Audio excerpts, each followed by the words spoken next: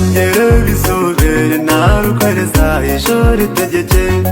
ningusima wabusesa konkati ngumanya kubureire reba nishora tata Yesu wanjija so mu maisho nimanyamu n'abanta kwine ayikatanya waho nibusha Yesu ameka yanje masinema kago yanje otorinda rindi hangarita mina Yesu Kristo twashaba Yesu ameka yanje masinema kago yanje otorinda rindi hangarita mina Yesu Kristo twashaba akasheshe nkaka Yesu Uganda twena twakusima uyoreye amafose warinde mfakaze kandi nshobeba nishabere minshemero moheye ngaro zanjye zirukukwata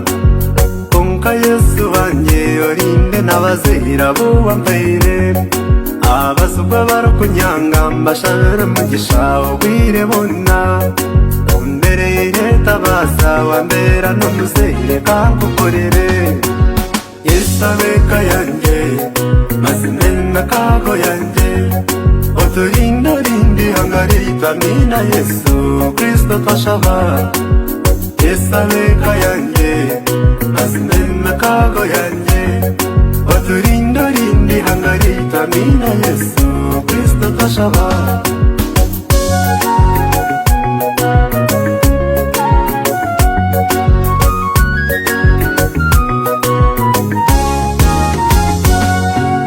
Maisha nenyonyi zo mu mwanya byakuhimbesa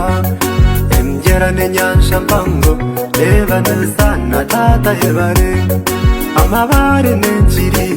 n'enshozi okanga ebintu bingi kundereba ndebera okutangara okwezi n'enyonyozi hamwe n'izuba byesigarasa ebirukugendesa enda kandi amaguru ntibirukugoroka ebyo kwaso mu nyanja Yesu wito atatusimwe Yesu abeka yanje masinema kago yanje oturinda rindi hangarita mina Yesu Kristo twashaba Yesu abeka yanje masinema kago yanje oturinda rindi hangarita mina Yesu Kristo twashaba Ekyamurero tata nawe na Simone twakusima okakora binjo wa Adamu enkondo yansina no murevi uyu mubiri wiganya cyane ndyamutumesa mutima gwanjye mukama ningusima tabari hanga hamwe n'ibindi mbene ntoki Yesu keretse umugisha gitondo cyitwe abarukukunda mwena twabaramutsana no gukunda embabazi n'obusinge kandi ebya Yesu barinde mwena Yesu abeka yanje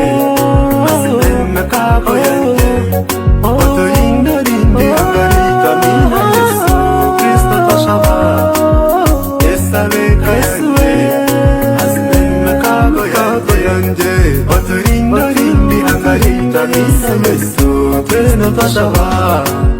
Yesu abeka yanje masinema kago yanje oturinda rindi hangarita mina Yesu Kristo twashaba Yesu abeka yanje masinema kago yanje oturinda rindi hangarita mina Yesu Kristo twashaba